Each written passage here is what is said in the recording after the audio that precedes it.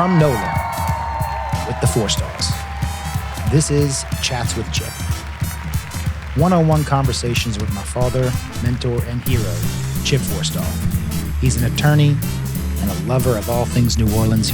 He's here to share his expertise and opinions with you. What's up, New Orleans? Welcome to the podcast. I am your host, Jonathan Forstall, and today's segment, Chats with Chip. Today, I'm picking Chip's brain about New Orleans and what it was like. New Orleans is not the same city it was 20, 30 years ago. Pre-Katrina, post-Katrina is where a lot of people refer to. And also the legal world's not the same either. So I kind of wanted to go into just New Orleans then versus now. What's changed? What stayed the same? And what can you teach us? I'm not sure about teaching anything, but I know that the world's changed. It's not just New Orleans; it's everywhere. Life was a lot different, a lot simpler. Everybody talked to everybody. Everybody knew everybody. Everybody's neighborhood. Everybody in the neighborhood, you knew everybody. Yeah, you knew the kids. You knew the parents. It was nothing for you to walk in somebody else's house. Did it feel more neighborly, like in the neighborhoods? It didn't feel. It was more neighborly. I mean, I could talk to across the street was actually our pediatrician, and they had a couple of kids, and they were all kind of the similar age. It was nothing for me to knock on the door and walk in and say, "Hey, Miss Solange, how are you? Is Charlie around?" It was just a different world and stuff. Yeah, kids don't do that nowadays. No. So why? Because I have two daughters myself, and to let them go outside and play until the lights come off, that kind of makes me feel well, there's uneasy, another issue too and stuff, because when my parents moved into the neighborhood, everybody had young kids, and now my neighborhood where I live, which is the same neighborhood I grew up in. There aren't nearly as many young kids as there used to be. And in my block area, there's only my kids who are 15 and 18, and the people behind us whose kids there's probably between 5 and 12. Other than that, it's mostly adults. There's a couple of people down the street, they have a couple of kids, but it's mostly older adults. But even in those neighborhoods that do have kids, because like my neighborhood, I only live, 3 or 4 miles away from you. Yeah. And my neighborhood is full of kids, right? Right. And you don't see them playing outside as much anymore. No, they Why just is don't. that? Yeah, I think it's for probably the same reason that we don't go outside as much. You watch TV because there's 150,000 channels, and then everybody's on YouTube and everybody's on their phones. And we say that because it's amazing. Because my granddaughter, she has her friends, but the way they interact is they all interact through Zoom or whatever it all is, FaceTime and stuff. Because what they do is my granddaughter will get up in the morning early, and she'll FaceTime a friend, and they'll put their makeup on together and get ready for school, FaceTiming each other. So the interaction is just different. It's not as much interpersonal in person as opposed to through the internet, through the phones and the iPads or whatever. So, and I guess there's an aspect, because I'm looking at it from a parent side, because a kid, obviously, they get distracted from YouTube and all the streaming and TikToks and whatever. But, the parent side of it, like if you tell me, hey, you need to let your kids go play outside until the lights come off while you're cooking dinner, not watching them. Not happening today. The world's not the same. Yeah. But that's why I told you this when your kids started school. I said, look, you want to keep them in aftercare, not because you can't go pick them up or because you don't want to spend time with them, but aftercare today, they get to play with their friends. Yeah. Because their friends live not close. Their friends live, 6 blocks away, 6 miles away, whatever. It's just the way it is and stuff. And the kids in the neighborhood have their own set of friends. And then I'll tell you the other thing is, I'm going to be honest with you. My granddaughter, the one who's 15, she starts her homework at 4:30, 5 o'clock. She's got an hour and a half of homework every day, 2 hours of homework. It's crazy. So there's a lot more homework now than there was when you were? When I was cool.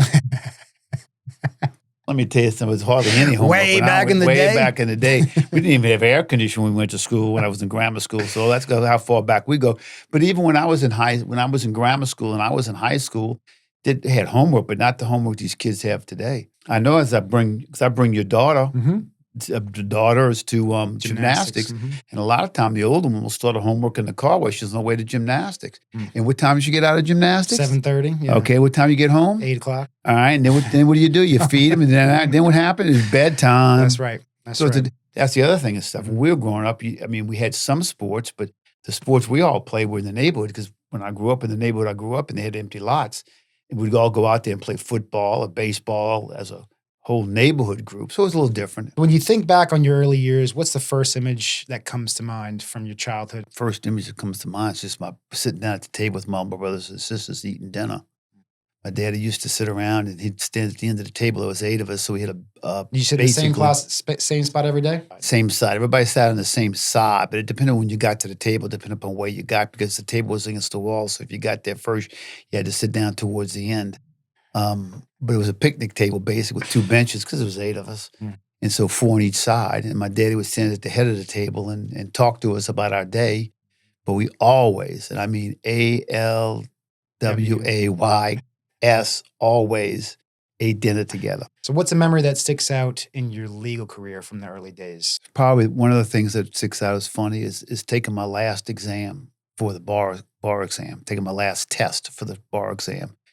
The bar exam, which it still is, it's 3 days. It's like 2 or 3 hours in the morning, 2 or 3 hours in the afternoon, 3 days, Monday, Wednesday, and Friday. And I still remember the last exam that I took, because you go to law school for 3 years, and it all depends upon this test to pass the bar exam. Because once you pass the bar exam, then you can become a lawyer. And if you don't pass the bar exam, you can't practice law. Mm-hmm.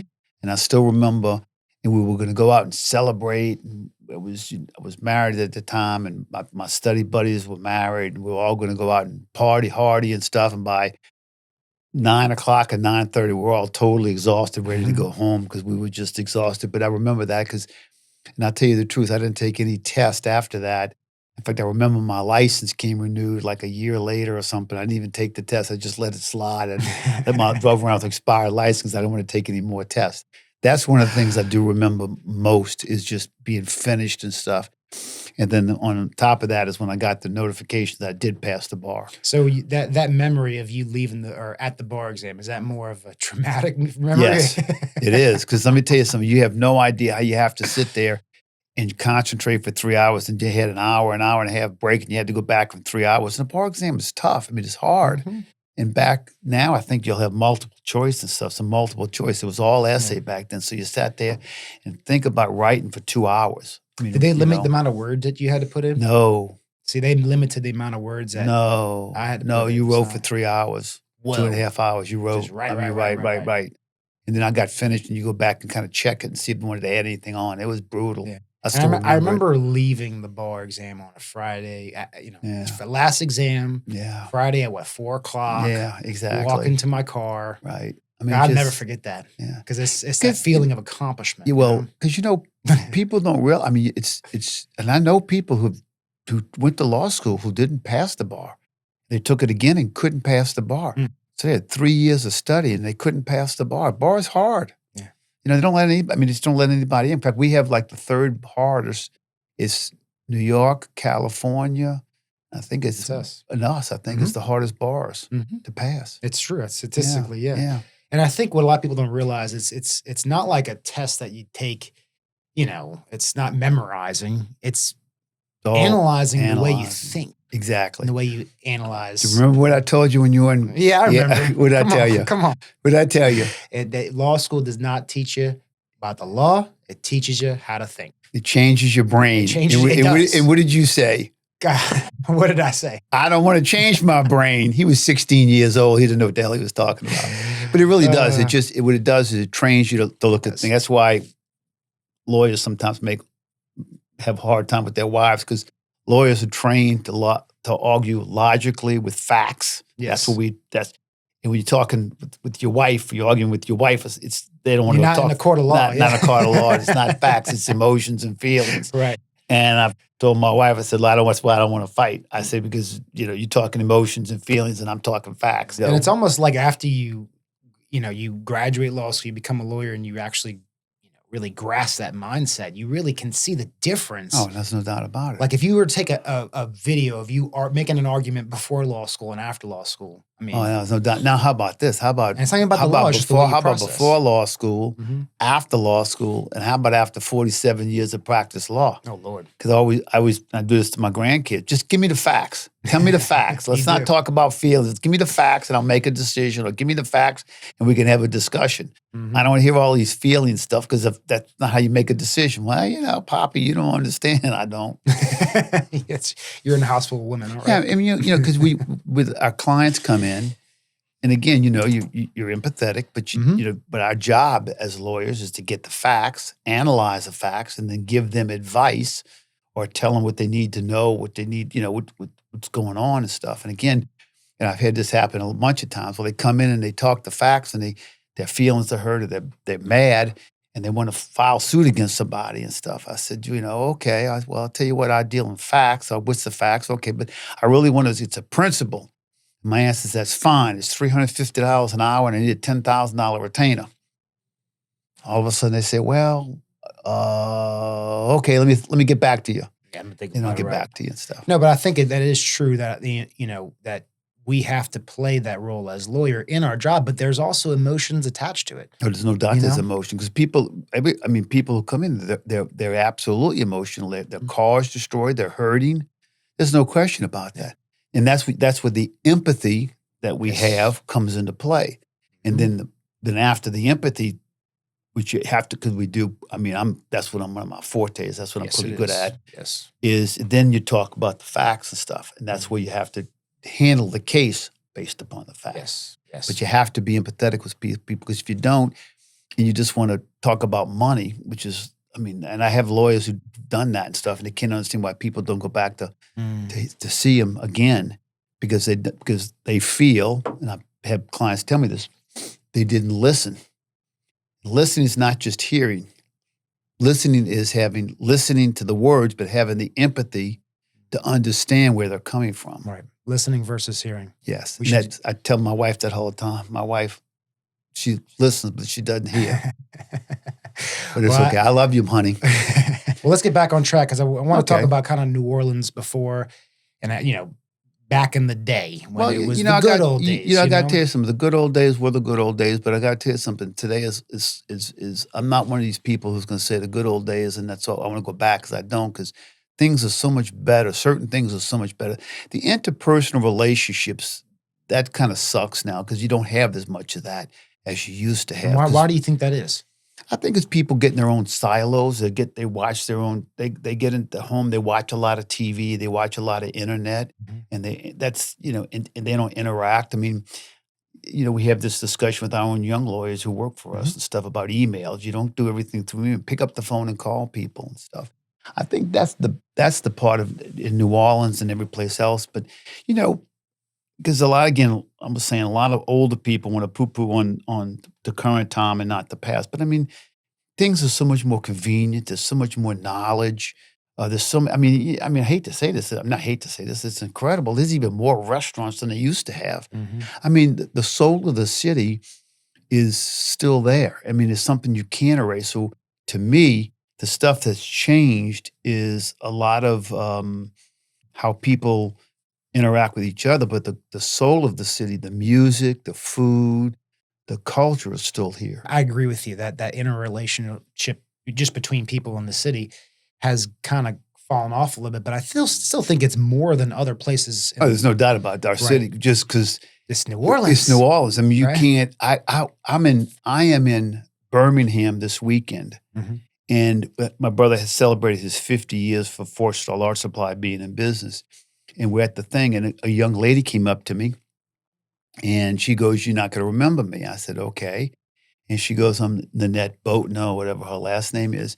Well, her daddy and my daddy were really, really good friends, and I used to babysit her. Really? I babysat her back 50 years ago, maybe 45, whatever it was, years ago and stuff. But it goes back down to, it's in New Orleans back in the day, you babysat, people, and it's all those relationships which are still in play here because this city is a city of relationships. I had a guy came in today for a new case and stuff. He remembers me when I was on Canal Street. That's Street. 20 That's 30, 20, let's see, 29 90, years ago. yeah, oh yeah, Almost 29 30 years years. ago.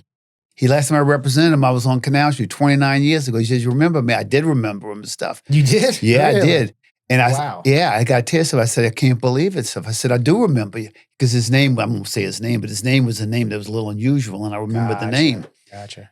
So it was kind of, but that goes back down to the city of what I like about the city. Physically, yeah, it's been tough because we've had some bad mayors. We've had some heartache with Katrina was obviously the biggest heartache of anything. It chased a lot of people out the city. A lot of people came back, but a lot of people didn't. The city itself, the neighborhoods have changed a little bit because it's people are moving, younger people are moving back into the city and taking older homes and redoing them and stuff. So the city's, and with this new mayor, I think we're going in the right direction, but it is different because I think people were more involved outside as opposed to inside. We spend a lot more time outside, rode our bikes and all that kind of stuff, and kids don't quite do that as much. And I think it just affects everything. And then you're 35, you're busy. You work here. You bring your kids to gymnastics. How many days a week? 2 days a week, yeah. 3 days a week. So there's 2 days a week. Your afternoon's totally shot. Their afternoon's totally shot. And like I said, I'm not getting home till 8 o'clock, and that's, how do you? Yeah, you can't go outside and play at 8 o'clock. Right. But again, I'm not one of these people who's going to poo-poo because a lot of things, air conditioning's better. Cars are better. Right. The infrastructure is getting horrible, but it's getting better. They're doing things to do to make things better.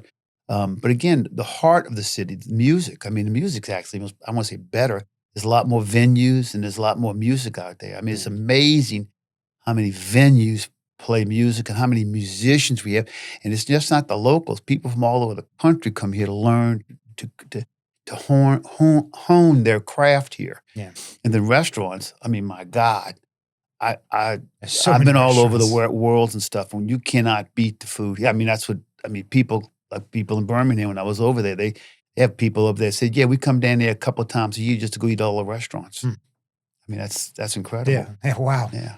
One thing you mentioned, music, that the music is the heart of, one of the hearts of the city. It really is. And one thing I talked about with one of my podcast guests is that he said that, there's a lot of good musicians that come here but they get to a certain point and they can't grow anymore.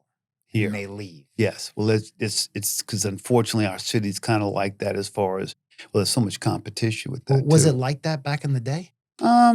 I would think that, because you got to remember something, back in the day they didn't have YouTube and all that kind of stuff. So as a musician, there wasn't as many opportunities because you have those young guys who did that commercial for us. Fresh and Reckless? Yeah. I mean, they had 300,000 followers or something. Well, there ain't 300,000 people in the city following. It's all over the country and stuff. Right. So that's when we say that it's a lot. The market's a lot bigger because of YouTube and internet and all that kind of stuff. You're not just So here, I mean, Dr. John was popular here, but they didn't have. I mean, everybody knew who he was, and he had some songs that made it nationally and stuff. But as far as his image and stuff, until the internet and things, the YouTube and videos, MTV, that kind of stuff came along.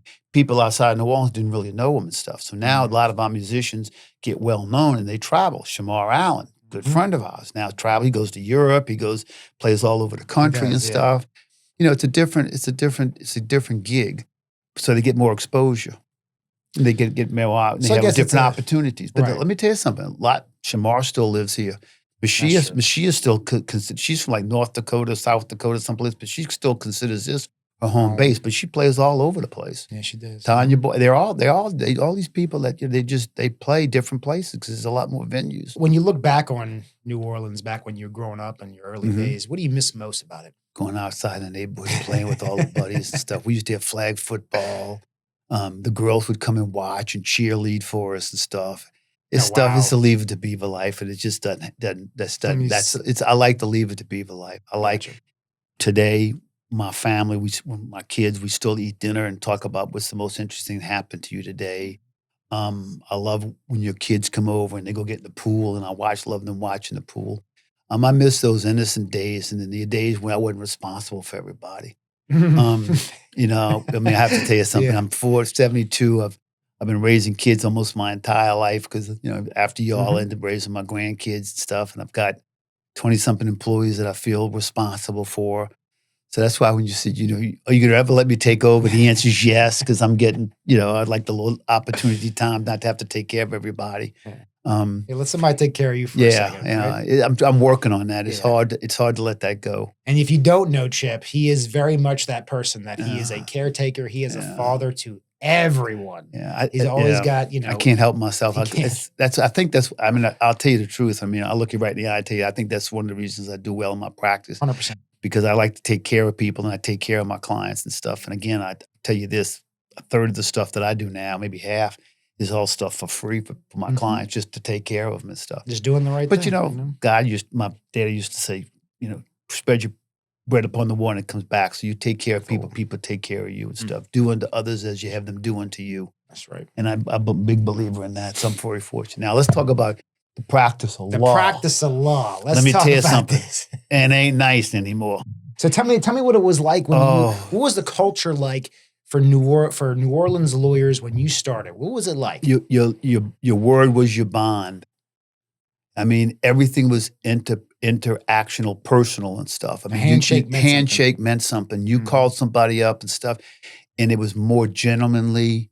And you didn't have. There was a couple of lawyers always who were just jerks and stuff like that. But we all knew who they were. Right. I won't mention any names because I know who they some are. of them. One of them actually got this barred. But anyway, it was more of a profession, okay, as opposed to a business. You had relationships with people, which again goes back down to because I'm a big relationship guy, and I always believe that relationships with everything is the most important thing. And today it's much more transactional and it's much more adversarial. Part of that is because you can send a nasty email or you can send a nasty text and stuff, and people fight about stuff that you shouldn't have to fight about. And again, it's driven by, on the defense side, it's driven by, billable hours and, they want to make their mark. Same thing for plaintiffs lawyers and stuff. Plaintiffs lawyers do the same thing. They want to show, who's got the big what and stuff, and I'm going to show you and I'm going to teach you and all that kind of stuff. And it's not as pleasant as it was. Because, I mean, they got guys I have relationships with now that, y'all will have cases with them and stuff, and you can't get there. They can't, whatever. They're having problems and stuff. I call them up and say, hey, man, Pete, what's going on with this case and stuff? Well, Chip, let me tell you where we stand, blah, blah, blah. Okay, whatever. Blah, blah, blah, blah, blah, blah. Okay. All right, we get it wrapped up. Phone call, just a phone call. Done. And that my lawyers couldn't do it. I tell you the one. And you think that's because it's your relationship? Well, there's no question about it. There's no question about it because when he has a problem, he calls me up and says, man, look, we got a problem here because your people are doing this and they try to hold my feet to the fire. Let me take care of it and stuff. One of the greatest stories I tell, I won't tell the guy's name, he's retired, he's a little good friend of mine, but we had a mediation. And it was a bad mediation for me because lo and behold, I didn't know this, but 6 months before, my client was recommended to have surgery and she failed to mention this doctor and this whatever, and the lawyer who I knew had the documents and stuff. We tried to do the mediation. I'm like, this is going to hell in a handbasket in a heartbeat. I said, man, let me go talk to you. Mediation says, you want me to come? I said, no, you don't need to come. Really? I go outside, talk to the lawyer, who I had a long-term relationship. Man, yeah. And I said, man, look, I got a problem and stuff. I know you can't pay me the full value and stuff, but you got to do something on this case, blah, blah, blah, blah, blah. We talked about it and stuff. And we came up with something that was satisfactory to both of us and stuff. Without the mediator, without anybody. Again, it goes back down to relationship. Then I have another story I like to tell. It's about a case I had where I had the insurance company. I had them and stuff. I had them and stuff. And, I was gonna just, bury Bring him the and hammer stuff. down. Yeah. They call up, they put a guy on the case who had a relationship with us. Comes in. He says, man, look, I know you got him, but, you got him over the barrel and stuff like that. But could we get this case wrapped up and stuff? We talked about it. We came to a figure that was extremely reasonable to my client without putting their client in excess position. Right. And but that goes back down to relationships and stuff. Okay. And so everybody wins and stuff because the client wins because I get the great deal and stuff. They get win because they're not going to get socked for sanctions. punitive penalties, damages and stuff right. like that. So it works out for everybody. But that goes back to relationships. That's what I liked most. Now it's much more adversarial, and I feel bad for y'all sometimes because, it's so knock down, drag out. And I mean, and again, it's not, people say, well, yeah, you got to fight to that. No, man, let me tell you something. This story I tell is knock down, drag out, fight. We go to court. My client lies about his address, which has nothing to do with the case. The judge cuts the case in half because he lied about it. So you never know what's going to happen when you go to trial. That's true. I had a case we tried in front of the jury. The jury gave us half of what we thought. And I went to talk to the juror and I said, what happened? You didn't like what no, we liked you. He goes, but your client kept winking at us. Winking? And I said, what are you talking winking about? Winking at the jury? Yeah. Mm. She had a twitch. And they thought that she was winking at him, and she had a twitch. And I'm not paying attention to her. I'm looking at the jury. I'm talking to the jury, talking to the judge. Doing your thing, right? She's winking at the jury. Made him feel uncomfortable. And because of that, they cut the damages in half. So you never know what's going to happen when you go to trial. So anyway, so that's why I like relationships. I like talking to people and trying to get things worked out. But again, now everything's confirmed in writing. What I see is that when I guess what they use the email and the text message as they're hiding behind this. Oh yeah, you don't have to talk to people. You don't have to face what is going to come back. It's easy to be nasty, mean, or to be abrupt or whatever you want to talk about email as opposed to talking to somebody in the face. Kind of this cover over where Yeah, because once you get somebody on the phone, you have to talk to them again. The way you talk to people is different and stuff. Because some lawyers, talk down to people, talk down to other lawyers and stuff.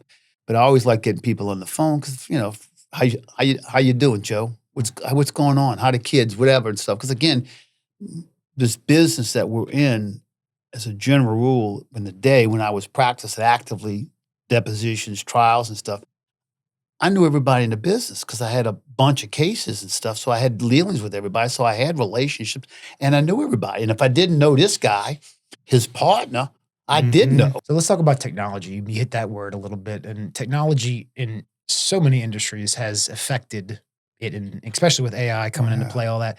What was technology, if any, back in the day? And I had a beeper. I mean, that was the hot thing, was a beeper. And when I got my first phone, the thing was about this big, man. Like a book. Portable phone, yeah. And then they made the phone a portable phone you could hand, and it was this big and this big. And was there any? But I'll tell you what's even more than that. There was no email. You had to send everything through a letter. A letter, snail mail. So you had to send a letter to somebody, and they had to, it wasn't like today. Now you instead of sending a letter, you send an email, and it's instant. Yeah. So everything's instant, back and forth, instant stuff. You had to send a letter. You want to tell somebody, go to hell, and you got a terrible case, and blah, blah, blah. You had to type it up, fold it, put it in the mailbox, and 3 or 4 days later, they got the mail. No, I like that. I think the main point of today is obviously just, getting out there, meeting people, making those relationships, because that's what New Orleans really emphasizes, more than any other place I've been to, at least in the United States, that we are holding tight to that. I don't think that's going to change. I don't think that changed. I think that's part of the culture, the spirit of New Orleans. It's like we say here, if you talk to somebody for 10 minutes, I guarantee you, either related to somebody or something, or you know somebody they know and stuff. It's a big, small city. But we're real New Orleans. We're New Orleans. We're New Orleans. We live, born, raised. I live in the same neighborhood I grew up in. Well, let's end on that note. Yeah, like that. Got it. All right. Well, thank you guys for tuning in. If you gain anything or you like this podcast, please give us 5 stars. It means a lot. Check back next week for next week's show. Thank y'all. From NOLA with the Forstalls is presented by Jonathan and Chip Forstall. Executive producer, Mona Lisa Johnson, Sierra Media Productions. Host, Jonathan Forstall. Casting director, Jonathan Thomas, Ascension Branding and Marketing. Post-production editor and voiceover talent, Matt Palowski, Redline Studios in New York City. Produced by Ascension Branding and Marketing and Sierra Media Productions. Thanks for listening.